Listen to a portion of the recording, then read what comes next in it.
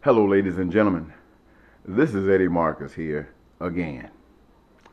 Today I had the pleasure of watching the debate between the 11 candidates from the Republican Party trying to become the next president of the United States of America, trying to prepare themselves before that time, to say and suggest why you should put them as representative to protect the Constitution and its impact in your lives.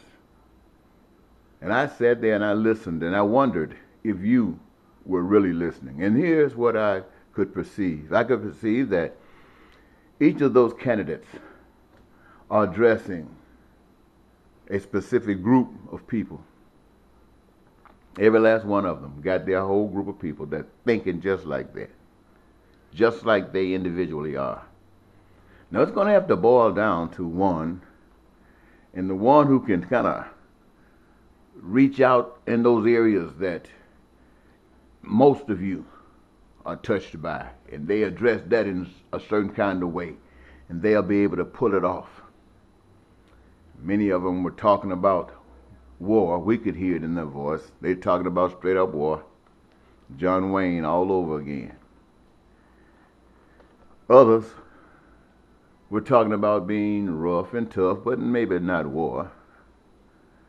And addressing some of the concerns that the Democrats were unable to fix, that the Republicans before them were unable to fix, and the Democrat before them fixed some, but others were unable to fix.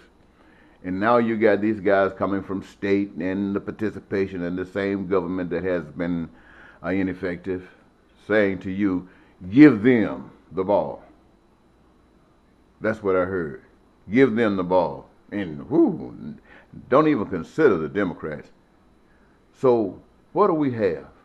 A group of people before you, ladies and gentlemen, who, if you had any compassion, would know that none of them are qualified to do anything for this nation. Oh, they got their talking points and the things that they talk about, the platforms. I'm sure that many of them would be carried out, but that's not the question. The question is, what would it do for you, the people of this nation?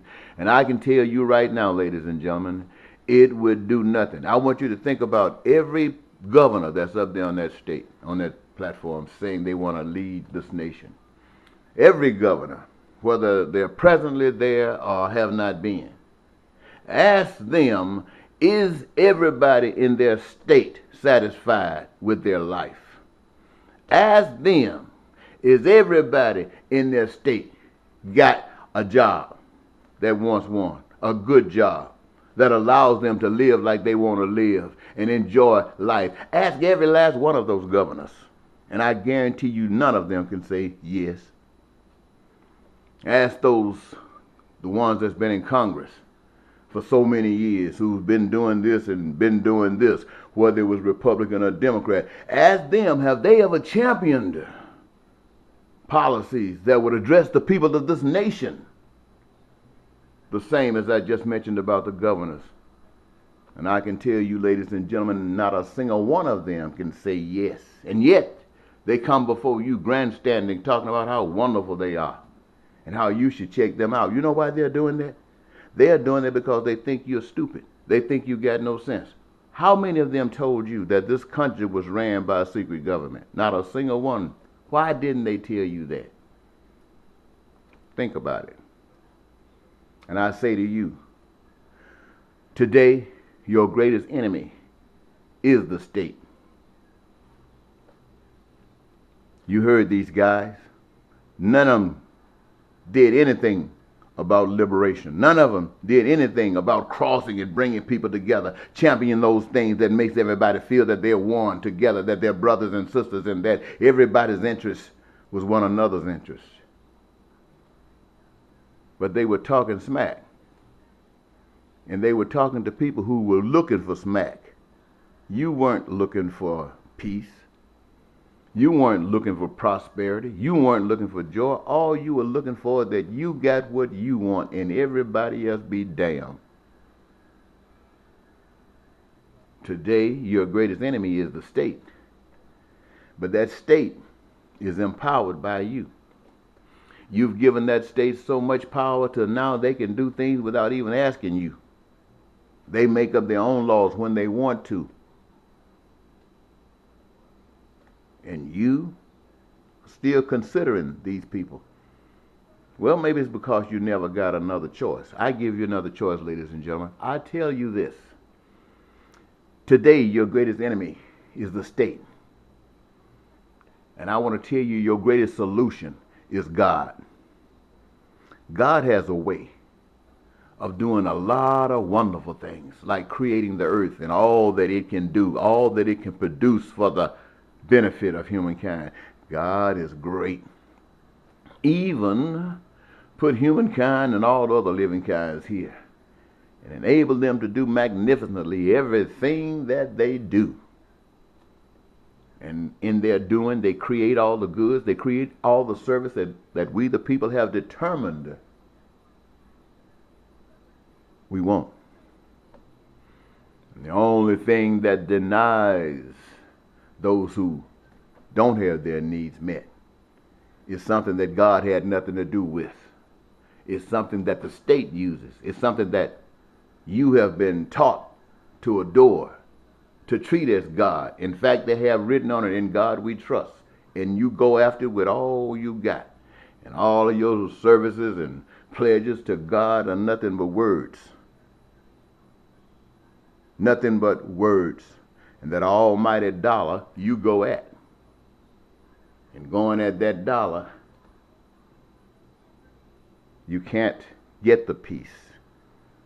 Because God requires that those gifts that you have that are used for the benefit of meeting the needs and desires of the people, in indulging themselves in that fruitful earth, and manifest these things not just for those who play along with the state and have profited from it.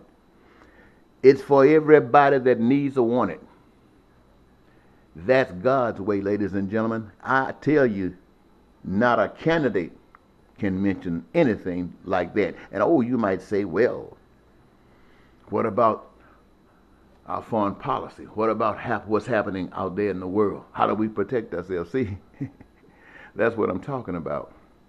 You caught up in the state. The state got you just like they want you to. But see, God has a way to deal with that. And how does God deal with that? God deals with that this way. By you having your dreams met. You, right here in America, in the United States of America, having your dreams met. You become a dynamite explosion on a hill that all nations will see. If you don't become anybody's enemy, everybody want to be just like you. They want to know what it is that you do. Now, God gets the glory. And if they want it, all they got to do is treat people like they want to be treated. No guns. I know some of you don't believe in God. I know some of you believe you came here out of a bang and you don't need a God, that you are God. But I want to tell you, this God's way will do everything that I said that it would do. And it is guaranteed because the people are the instruments that will be used to engage yourself in the other things that God has created. And we, the people, will live as if we're in paradise. Now, who do you want? These guys up there who's talking that smack or God? Think about it. Bye-bye.